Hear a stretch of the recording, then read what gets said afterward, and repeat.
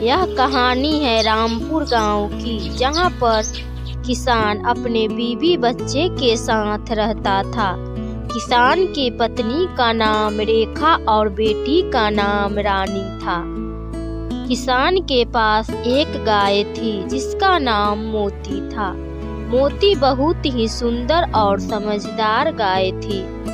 मोती ढेर सारा दूध देती, जिससे किसान बाजार में बेच देता, जिससे उसकी खूब कमाई होती। किसान अपने गाय से बहुत प्यार करता था। ऐसे ही कुछ समय बीत गए। एक दिन रानी मोती के पास खेल रही थी। तभी एक शेर आ गया और रानी को खाना चाहा।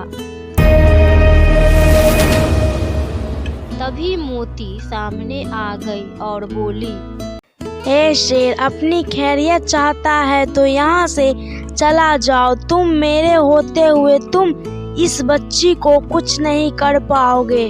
ये गाय, तुम इंसानी बच्चे के लिए क्यों अपनी जान गंवाना चाहती हो? हट जाओ मेरे रास्ते से, वरना क्या कर लोगे तुम? लगता है ऐसे नहीं मानोगी तुम। अब मरने के लिए तैयार हो जाओ। और शेर ने गाय पर हमला कर दिया। गाय ने भी शेर से डट कर सामना किया। दोनों के बीच काफी देर तक लड़ाई होती रही। लास्ट में शेर वहां से भाग गया। इधर गाय ने रानी की जान तो बचा ली, पर वह काफी घायल हो गई थी। थोड़ी देर में रेखा वहां आई और गाय को घायल देखकर बोली, रानी बेटी, क्या हुआ है? मोती को इतना चोट कैसे आई? तुम बोल क्यों नहीं रही हो? कुछ तो बोलो। रानी शेर को देखकर काफी डर जाती है, जिसके कारण वह कुछ बोल नहीं पाती। फिर रेखा रानी को लेकर घर में चली जाती है और किसान से कहती है, सुनिए जी, बाहर जाके देखिए, ना जाने मोती किस जानवर से लड़के आई है, जिसके कारण उसके शरीर से काफी खून बह रहा है। किसान दौड़कर बाहर आया और मोती को देखा तो उसके आंखों में आंसू आ गए। वह बहुत दुखी हो गया। दिन पर दिन मोती की तबीयत बहुत खराब होती जा रही थी। तब एक दिन रेखा किसान से बोली, मोती की तबीयत तो बहुत खराब होती जा रही है। हमें मोती को जंगल में छोड़ देना चाहिए।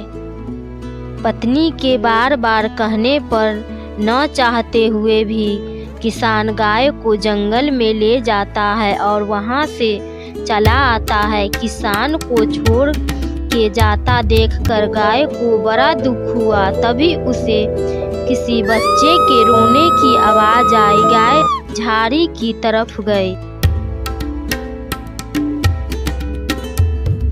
तभी गाय की नजर शेर के बच्चे पर पड़ी, जो कि भूख से बिलख रहा था। ऐ बच्चे, तुम इतने परेशान क्यों हो?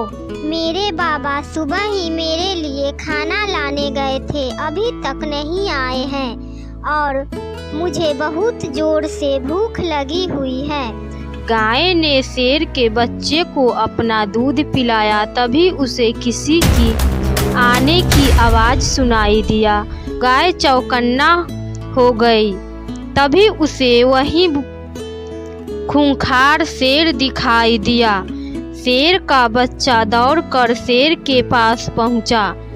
शेर अपने बच्चे से पूछा, तुम्हें इसने कोई हानि तो नहीं पहुंचाई है ना? नहीं बाबा, ये तो बहुत अच्छे हैं। इन्होंने अपना दूध भी मुझे पिलाया है। शेर को यह बात सुन के अपने किए पर बहुत पछतावा हुआ। मुझे माफ कर दो, मैंने तुम्हें चोट पहुंचाया और तुमने मेरी सहायता की। कोई बात नहीं, जो होना था सो तो हो गया। ठीक है, मैं चलती हूँ। मगर तुम तो उस इंसान के पास थी, तो फिर इस जंगल में कैसे आए? गाय इस बात का उत्तर नहीं दे सकी और चुपचाप खड़ी रही। मैं सब समझ गया। तुम्हें घायल देखकर इंसान को लगा होगा कि तुम मरने वाली हो, इसीलिए वे तुम्हें जंगल में छोड़ गए।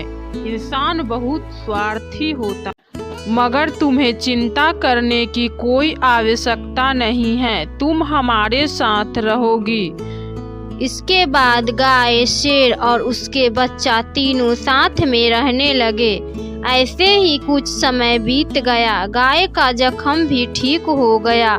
एक दिन गाय शेर से बोली, मैं अपने घर जाना चाहती हूँ, क्योंकि गाय घरों में अच्छी लगती है, ना कि जंगलों में। मगर तुम जाओगी कहाँ? क्या तुम भूल गई कि मुसीबत के समय इंसान ने तुम्हें जंगलों में मरने के लिए छोड़ दिया था? इंसान बहुत ही मतलबी होते हैं।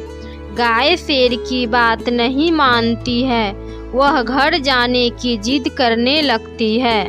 ठीक है, जाओ, मगर हमेशा याद रखना कि तुम्हारा एक मित्र भी है। कभी भी जरूरत पड़े तो याद करना। गाय वहां से सीधा किसान के घर पहुंची। गाय को देखकर किसान और उसकी बेटी बहुत खुश हो गए और सब साथ में रहने लगे। हमें कभी भी किसी को मुसीबत के समय साथ नहीं छोड़ना चाहिए। हमें एकजुट होकर समस्याओं का सामना करना चाहिए।